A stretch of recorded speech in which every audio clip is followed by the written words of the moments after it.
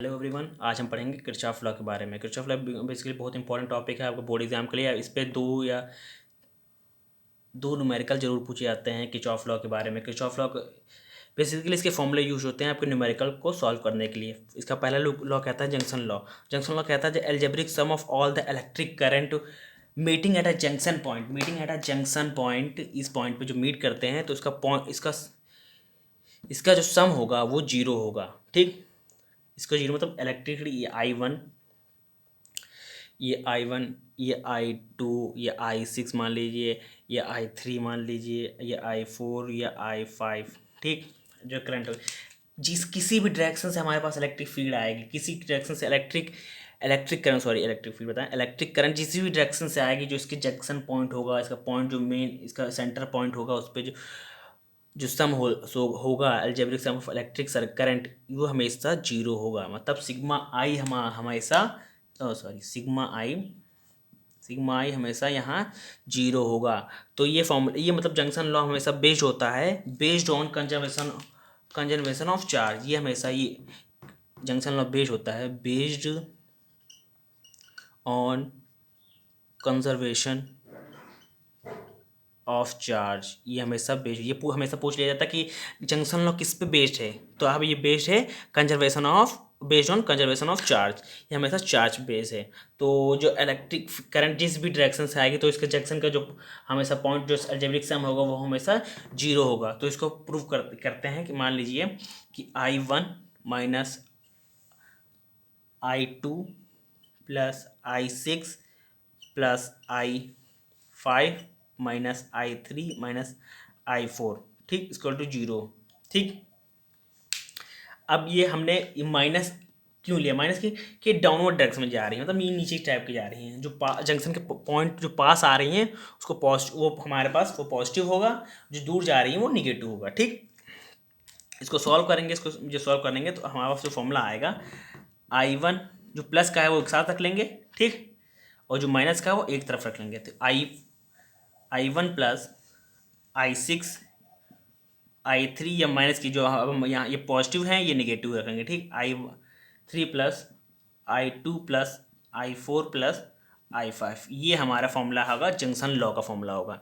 तो ये बेसिकली अगर इसका पूछ लीजिए डिफिनेशन क्या होगा, तो डिफिनेशन यही होगी the algebraic sum of all the electric current meeting at junction point of circuit is zero, that is sigma I equal to zero. ये हमारे पास जंक्शन लॉ का फॉर्मूला होगा। ये बेस्ड किस पे होता है? ये based on conservation of charge होता है। किरचॉफ लॉ का दूसरा लॉ होता है मेश लॉ, या आप ये भी कह सकते हैं कि लूप लॉ। तो ये बेसिकली एक सर्किट हम बना लेते हैं। पहले ये हमारे पास सर्किट है, ये रेजिस्टेंस लगा हुआ है, ये हमारे पास बैटरी लगी हुई है। ठीक,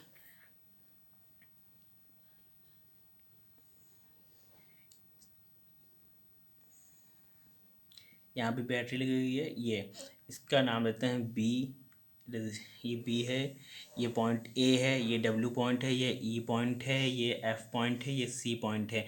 ठीक, इसमें ये रेजिस्टेंस लगा हुआ, R1 लगा हुआ, R2 लगा हुआ, R3 लगा हुआ है। ठीक, और अब क्या बात करते हैं, ये हमारे पास बैटरी लगी हुई है E1 और ये E2 बैटरी लगी हुई है। जो करंट है ये I2 है, जो करंट है I2 है, ये I1 है करंट। ठीक, ठीक,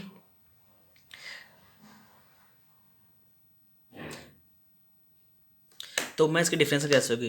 according to this law the algebraic sum of product of current and corresponding resistance R1 R2 R3 of any closed loop of circuit is equal to the algebraic sum of EMF of the cell present in that closed loop, that is अगर close loop present होगा तो sigma I R equal to sigma E होगा।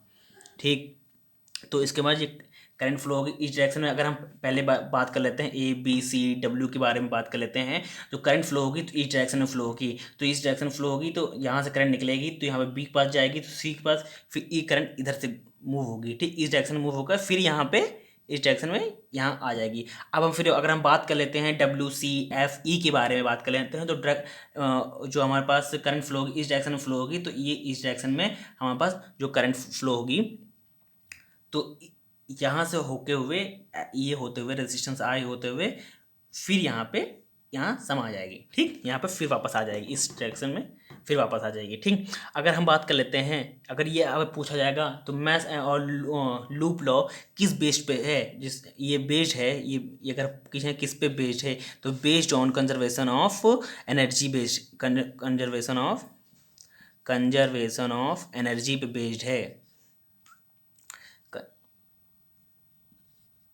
Conservation of energy पे based है। ये कहता क्या है, according to this law the algebraic sum of product of current and corresponding resistance of any closed loop of circuit is equal to the algebraic sum of EMF of the cell present in that closed loop, that is sigma I R equal to sigma ई। तो अगर हम बात कर लेते हैं enclosed mash के, mash कौन सा, ए बी सी डब्ल्यू और ए के बारे में बात कर लेते हैं। अगर बात करते हैं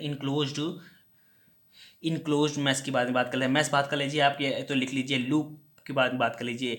अगर इस लूप की कौन सा लूप है हमारे पास, ए बी सी डब्ल्यू के बारे में बात कर लेंगे।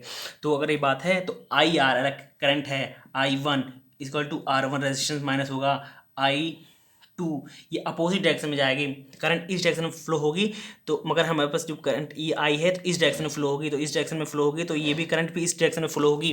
ठीक, जब गैस इस डायरेक्शन फ्लो होगी तो ये अपोज करेगी, जब दोनों का आपस में मिलेंगे तो ये अपोज करेंगे, तो यहाँ पे फॉर्मूला माइनस में आएगा, minus I2 equal to E1 में माइनस E2, इस डायरेक्शन में करंट फ्लो होगी तो E1 माइनस E2 होगा। ये इक्वेशन हमारे पास 1 आएगी। अगर ये पूछ लिया जाता है आपके फॉर्मूला में इस क्लोज का, हमको क्लोज मैश का बताइए फॉर्मूला, तो ये फॉर्मूला होगा। अगर हम बात कर लेते हैं WCFE के बारे में बात कर लेते हैं, अगर हम इस क्लोज मैश के बारे में बात कर लेते हैं तो ये बात करें इनक्लोज्ड मैश, किस मैश के बारे में बात कर लेते हैं, मैश या लूप के बारे में बात करते हैं, WCFE के बारे में बात कर लेते हैं।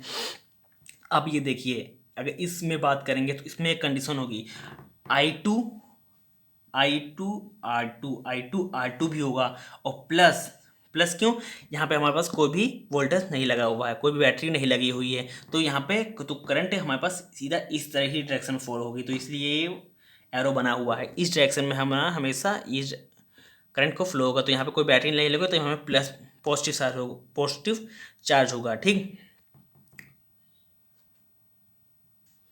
अगर ये बात करेंगे तो यहाँ पे जो आर ये हम कॉमन है, ये होगा I1 प्लस I2 R3, ठीक, और इक्वल टू E2 ही हमारे पास बैटरी लगी हुई है, तो हमारे पास इसकी बात होगी, तो इक्वेशन 2 हो गई। ये दो मैश पे काम करेगा, ABCW पे काम करेगा, और ये एक WCFE की बात करेगा। ये यहाँ होगा I1, ये I1 और I2, ये हमारे पास जो फॉर्मूला आएगा यहाँ पे I1, ये जो बनेगा I1 प्लस I2।